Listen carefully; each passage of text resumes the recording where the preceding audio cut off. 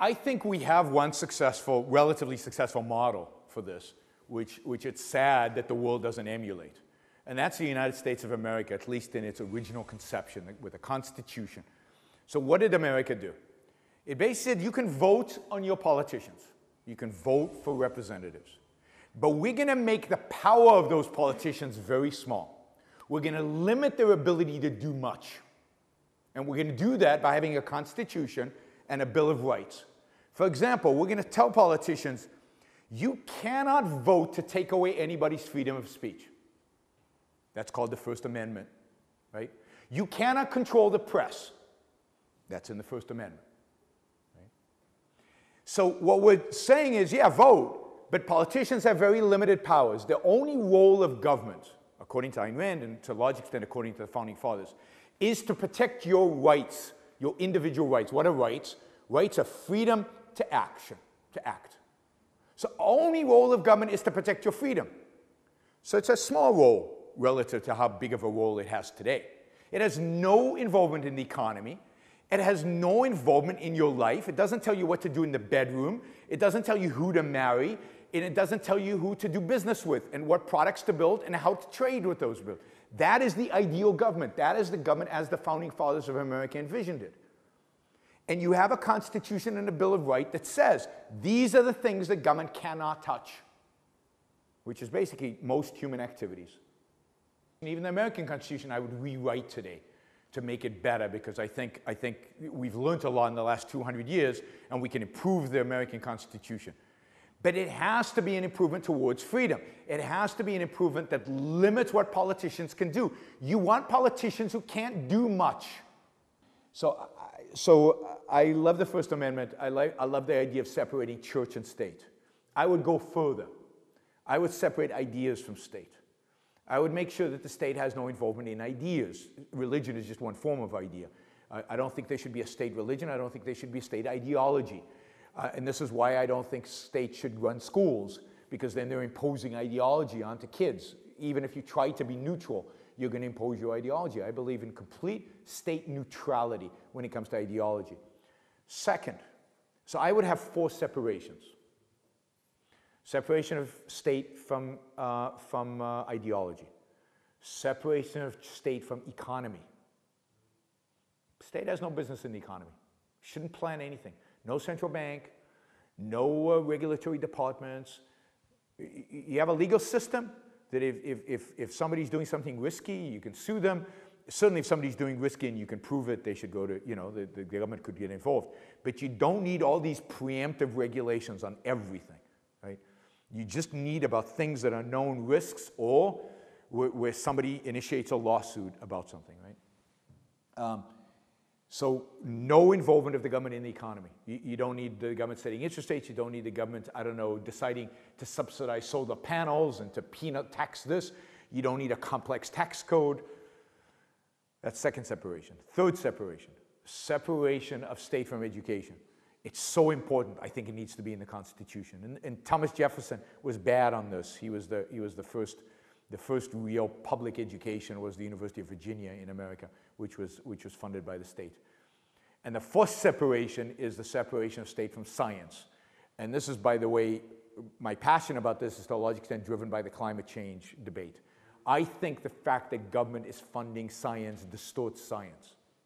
And I think climate change is a good example of this. Now, again, I'm not a scientist. I don't know exactly. But let me give you a quick example. If you do a study, if you're a scientist, and you go into the lab, and you do a study, and your conclusion is, life is good, the world is getting better, everything's fine. Nobody ever is going to give you funding again. Nobody wants to hear that. But if you go into the lab and you say, there's some real risks. The world might be ending. I don't know, and I don't know exactly when, but the world might be ending. I need more money to look more deeply into this. You're going to keep getting money. You're going to keep getting money. There's a massive industry today of sucking money out of the government in order to predict how we're going to die. Even though life is getting better, life expectancy is longer. So science gets corrupted. And then other things like how do you decide to invest in this form of cancer versus that form of cancer? Well, it's all about who lobbies more, who protests more, who demonstrates more. So when government gets involved, it distorts the allocation. I believe markets should decide these things as well. I think it's much more democratic in a sense of we decide with our dollars where those dollars should be allocated. So education and healthcare are the most important systems that we have. So important that I don't want the government touching them. Touching them. Particularly education. So you don't want the government to make one of these. Not that important. Healthcare is much more important. Education is much more important than this. I want education to be 100% private. I want entrepreneurs and innovators to compete, to discover the best educational methods given the technology that we have today, or whatever the changes that are happening in your society, the new knowledge that we discovered through the study of epistemology and the human mind and neuroscience. You think any of that happens in government schools? Government schools are there to indoctrinate us in the conventional wisdom. I don't want conventional wisdom. I want schools to compete. I want schools to innovate. I want entrepreneurs to make money. And if you're worried about what will happen to poor children, they won't be able to afford education. What happens to any product in a capitalist free market? What happens to its price? It goes down constantly. So the price of education would go down, right? But let's say there's still poor kids who can't afford it. What would we do? So I ask in large audiences, I say, how many of you would contribute into a fund to help poor kids attend school? Every hand in the room goes up. And I say, well, you solved the problem. Right? We'll help the poor kids who can't afford to go to school through private charity. I don't need the government involved. Every time the government gets involved, it screws it up. Because this is the point. The essence of government is force, coercion, a gun. You don't want force, coercion, and a gun in an innovative marketplace. An innovative marketplace is the place in which there is no coercion. There is no force. There are no guns. It's free to come up with crazy new ideas. And if you can convince a group of people that, you know, Steve Jobs has a little video from the 1990s before he went back to Apple where he talks about education. He says, education is the most important product in the whole society. And it's the only one where we don't do any marketing. Imagine a world in which schools took out ads in the newspapers, you know, proud of their achievements in educating kids, and the parents had a choice, and parents had to choose between, and there were ratings for schools, and I mean, who knows what it would be like. And the same thing with healthcare. I mean, I would love to see 100% privatized healthcare. I think it would be 100 times better. And if poor families can't afford to buy health insurance, which I don't think would happen, because I think the price of health insurance would plummet in a truly free market. But let's say you can't afford it, then what would happen? Then hospitals would set up charity wings, and doctors would have a certain percentage of their practice dedicated to charity. That's what used to happen in America a long, long time ago. It doesn't anymore, but it used to when the government didn't get involved. So, but when you have freedom, you have innovation, you have competition. So disproportionately, most of the innovation in healthcare in the world comes from America. Why? Because we still have a little bit of freedom in healthcare. Socialized medicine does not produce innovation. There's no incentive to innovate. The only incentive under socialized medicine is to cut costs and to allocate resources through rationing. The primary incentive under socialized medicine is for you to die young and quickly, because then there's no cost.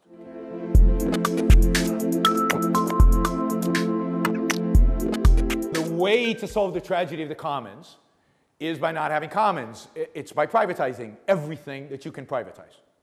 So there shouldn't be public land, because public land will always be underdeveloped and always be polluted and always be untaken care of. But you take care of your own backyard.